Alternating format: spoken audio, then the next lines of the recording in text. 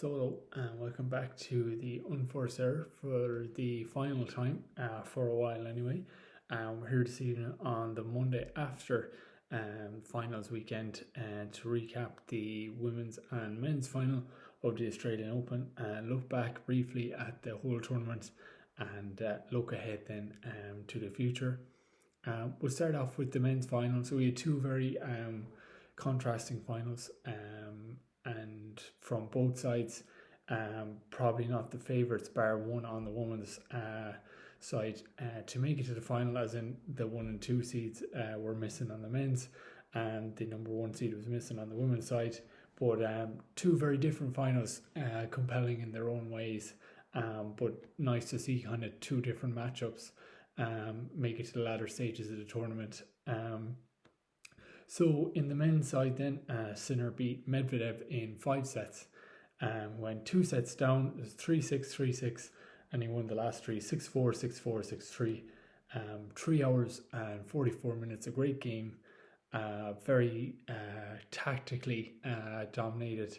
Medvedev came out with a clear game plan, but something we haven't seen from him a lot before. Just he was playing very aggressive, not making his usual, standing way too far behind the baseline. He was stepping up a lot, and I think it took Sinner by surprise, as it did everyone really.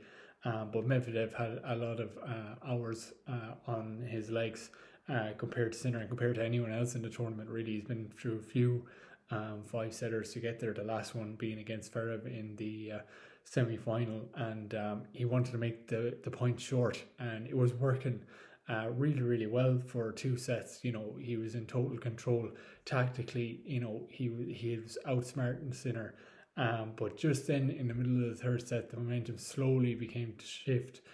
Sinner got the better of him there, and momentum is funny in sports and in tennis especially.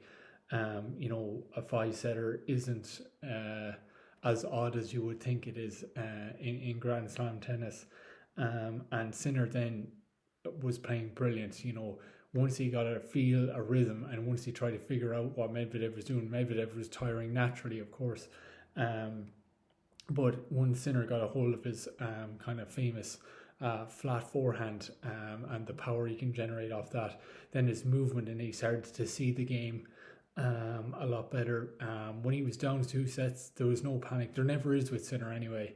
I think he doesn't get too high, doesn't get too low, and I think that's part of the reason why his temperament is very similar to his game style, and it's a key ingredient for Grand Slam tennis especially.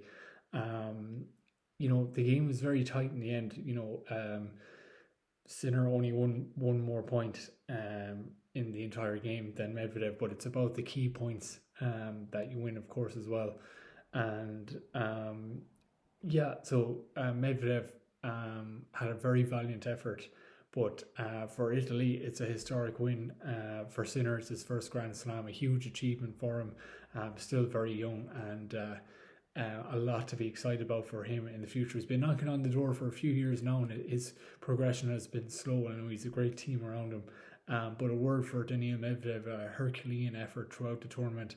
I think he spent the most hours on court than anyone in a Grand Slam single tournaments before. So he joked that he broke some record in his press conference. But I always feel you can always see in the eyes of the loser, and especially going 2 sets up, because that's happened to him before in the Australian Open against Rafa a few years ago.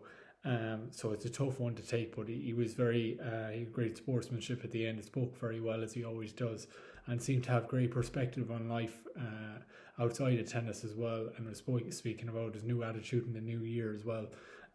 So all credit to him, all credit to Sinner, and a lot to be excited about there in the future. And again, just strange not to see Novak or Alcaraz in a final playing each other at this point, but great to see something different. In the other final then, Sabalenka bet Zheng 6-3, 6-2, a very dominant performance. Now, there was a bit of kind of adversity for Sabalenka to get through. She did have a little bit of trouble closing out, but that's natural. It's only her second Grand Slam. Zheng played very well, but was just outdone by Sabalenka's power. She kept her foot on the gas and kept going.